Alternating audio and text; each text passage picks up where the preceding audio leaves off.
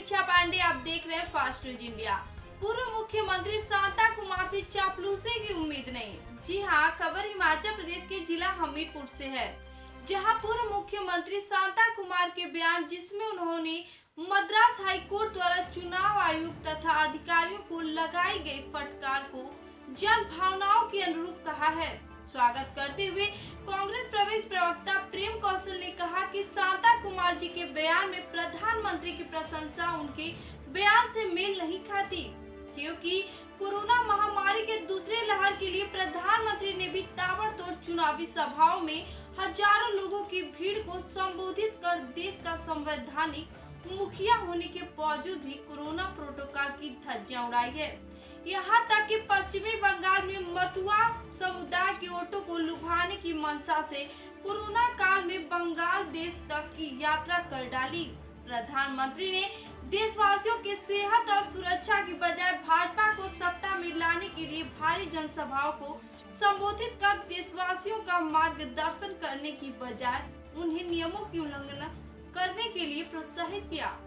प्रेम कौशल ने कड़े कानून लागू करने के सुझाव पर टिप्पणी करते हुए कहा कि कोरोना लहर को रोकने के लिए यह आवश्यक है, परंतु क्या प्रधानमंत्री और मुख्यमंत्री डिजास्टर एक्ट के नियमों से ऊपर है?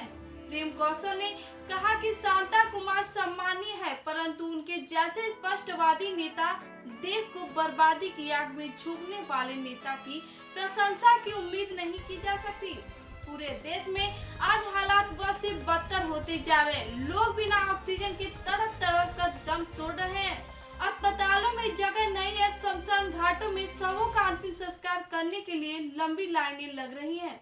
और ऐसी परिस्थितियों के बावजूद भी प्रशंसा चापलूसी से अधिक कुछ नहीं, जिसकी शांता कुमार जैसे नेता से उम्मीद नहीं की जा सकती।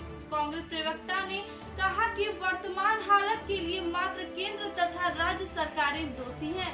देखिए हमीरपुर से रतन चंद की रिपोर्ट। पूर्व मुख्यमंत्री शांता कुमार जी का एक बयान आज प्रकाशित हुआ है, जिसमें उन्होंने मद्रास हाईकोर्ट द्वारा चुनाव आयोग और अधिकारियों को फटकार लगाने के हाईकोर्ट के आदेश को जनभावनाओं के अनुरूप बताया है। शांता कुमार जी के इस बयान का मैं स्वागत करता हूं, परंतु अपने इसी बयान में शांता कुमार जी ने देश के प्रधानमंत्री आदरणीय नरेंद्र मोदी जी की तारीफों के पुल भी बांधे हैं, और इस वजह से उनका यह बयान विरोधाभासी हो जाता है। कोरोना महामारी के जो हालात आज देश के अंदर हैं, जो भयंकर रूप यह महामारी आज देश के अंदर धारण कर चुकी है, और जिस तरीके से एक कम्युनिटी स्प्रेड की तरफ ये तेजी से बढ़ी है,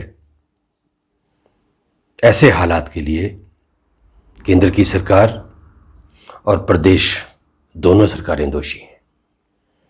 और देश के आदरणीय प्रधानमंत्री देश के संवैधानिक मुखिया होने के बावजूद हाल ही में 5 राज्यों में जो चुनाव संपन्न हुए अथवा हो रहे हैं, उनमें लाखों की, हजारों की भीड़ एकत्रित कर जनसभाओं को प्रधानमंत्री ने संबोधित किया, देश के गृह मंत्री ने संबोधित किया। शांता कुमार जी, मैं आपसे जानना चाहता हूं कि क्या जो डिजास्टर मैनेजमेंट एक्ट है, उसके जो प्रावधान हैं, उसके जो नियम हैं, उसके जो कानून हैं, वो प्रधानमंत्री, गृह मंत्री, अन्य जो केंद्र के मंत्री हैं, मुख्यमंत्री हैं प्रदेशों के, क्या उनके ऊपर लागू नहीं होते? क्या संवैधानिक पदों पे बैठे लोगों द्वारा उनकी उल्लंघना करना कानून की उल्लंघना नहीं है? वास्तविकता ये है कि प्रधानमंत्री ने और भारतीय जनता पार्टी के नेताओं ने देश के अंदर देशवासियों की सेहत और सुरक्षा की बजाय भारतीय जनता पार्टी किस तरीके से चुनाव जीते, उस चुनाव अभियान को, उस चुनाव प्रचार को लाखों हजारों की भीड़ को एकत्रित कर जनसभाओं को संबोधित करने को प्राथमिकता दी।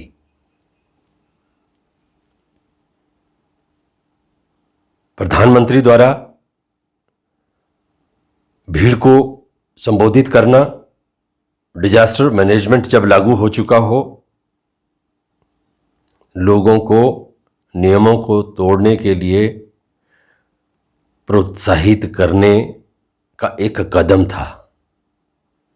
जब देश के प्रधानमंत्री, देश के मंत्री, देश के गृह मंत्री, प्रदेशों के मुख्यमंत्री स्वयं कोरोना प्रोटोकॉल की धज्जियां उड़ाएंगे तो आप देशवासियों से किस चीज़ की उम्मीद कर सकते हैं। तो इसलिए आपका जो बयान है आंशिक रूप से सही है, परंतु जिस प्रकार से आपने प्रधानमंत्री की तारीफ की है, प्रशंसा की है, मैं समझता हूं कि वो उसके हकदार नहीं है।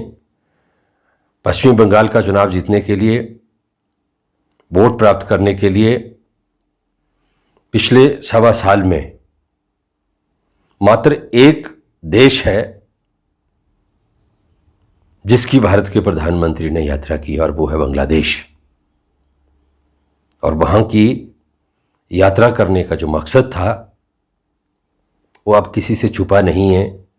मतुआ समुदाय, जिसके 2 करोड़ के करीब वोट हैं पश्चिम बंगाल में, उस समुदाय को लुभाना और प्रभावित करना उद्देश्य प्रधानमंत्री को उस बांग्लादेश के दौरे का था।